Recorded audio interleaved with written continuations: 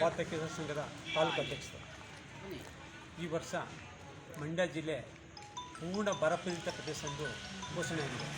ಆದರೆ ಮಂಡ್ಯ ತಾಲೂಕಿಗೆ ಯಾವುದೇ ಬರ ಪರಿಹಾರವನ್ನು ಕೊಟ್ಟಿಲ್ಲ. ಅತಿ ಹೆಚ್ಚು ಬರಪೀಡಿತ ಪ್ರದೇಶ ಆಗಿರೋದು ಮಂಡ್ಯ ಜಿಲ್ಲೆಯಲ್ಲಿ ಮಂಡ್ಯ ತಾಲೂಕು ಮಾತ್ರ. ಏಕೆಂದರೆ ಮಂಡ್ಯ ತಾಲೂಕಿನಲ್ಲಿ ಅಂತರ್ಜಲ ಕುಸಿದು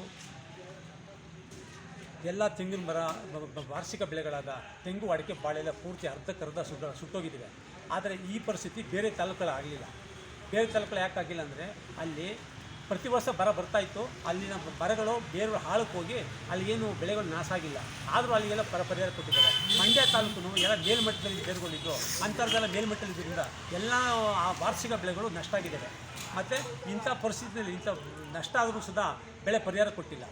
ಮತ್ತು ಅದಲ್ಲದೆ ಈ ಸರಿ ಗಾಯದ ಮೇಲೆ ಬರ ಹೇಳಿದಂಗೆ ಇಂಥ ಬರದಲ್ಲೂ ಸುಧಾ ಅರ್ಧ ಇಂಚು 1 ಇಂಚು ಬೋರಲ್ಲಿ ನೀರು ತಗೊಂಡು ಕಬ್ಬು ಬೆಳೆದಿದ್ದೀವಿ.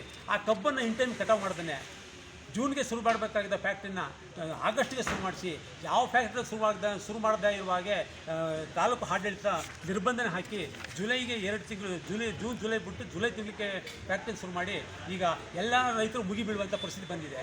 ಮತ್ತು ಮಂಡ್ಯ ಮೈಸೂರು ಕಂಪ್ನಿ ಸರಿಯಾದ ಪೂರ್ವ ತಯಾರಿ ಮಾಡಿಕೊಳ್ಳದೆ ಸರಿಯಾಗಿ ಹೊರಗಡೆ ಹಾಳುಗಳನ್ನು ತರಿಸ್ಕೊಬಾರ್ದೆ ನಾವು ಕಬ್ಬನ್ನು ಕಡಿಬೇಕಾದ್ರೆ ಭಾರಿ ದೊಡ್ಡ ಸಮಸ್ಯೆ ಆಗಿದೆ. ಅಲ್ಲಿ ರೈತರೆಲ್ಲ ಒಬ್ರಿಗೆ ದುಡ್ಡಿನ ಆಮಿಷ, ಅಧಿಕಾರದ ಆಮಿಷ, ಈ ಥರ ದೊಡ್ಡ ಸಮಸ್ಯೆ ಆಗಿದೆ. ಆದಷ್ಟು ಬೇಗ ಮೈಸೂರುಗಾರ ಆಡಳಿತ ಮಂಡಳಿಯವರು ನಮ್ಮ ಕಬ್ಬನ್ನು ಆದಷ್ಟು ಬೇಗ ಆಳ ಕರ್ಕೊಂಡ್ಬಂದು ಕಡಿಸ್ಕೊಳ್ಬೇಕು.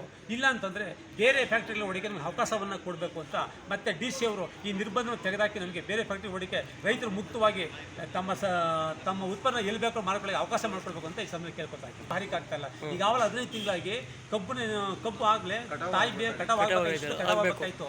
ಈ ಕಟಾವಾಗದ್ರಿಂದ ತಾಯಿ ಕಬ್ಬೆಲ್ಲ ಸತ್ತೋಗಿದೆ. ಬರೀ ಸಣ್ಣ ಕಬ್ಬು ದಶಿಗಳು ಮಾತ್ರ ಬರ್ತಾ ಇದೆ.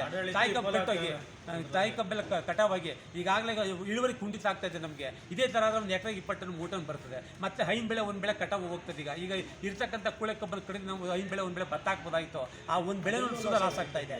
ಈ ಕಬ್ಬೆಲ್ಲ ನಾಟಿ ಹಾಕ್ಬೋದಾಯಿತು. ಮುಗಿತಾ ಬಂತು. ಈಗ ಕಬ್ಬು ಕಡಿಸುವುದರಿಂದ ತಗೊಳ್ಳೋ ಹೊತ್ತಿಗೆ ನಮಗೆ ಒಂದು ಬೆಳೆನೂ ಹೈನ್ ಬೆಳೆ ಒಂದು ಬೆಳೆ ಲಾಸ್ ಆಗ್ತಾ ಇದೆ. ಆದ್ದರಿಂದ DC ಅವರು ಈ ನಿರ್ಬಂಧ ತೆಗೆದು ಆದಷ್ಟು ಬೇಗ ಕಟಾವು ಮಾಡಿಕೊಳ್ಳಕ್ಕೆ ನಮ್ಗೆ ಅನುಕೂಲ ಮಾಡಿಕೊಡ್ಬೇಕು ಅಂತ ಕೇಳ್ಕೊತಾರೆ. ಸಂಘ ತಾಲೂಕು ಅಧ್ಯಕ್ಷರು.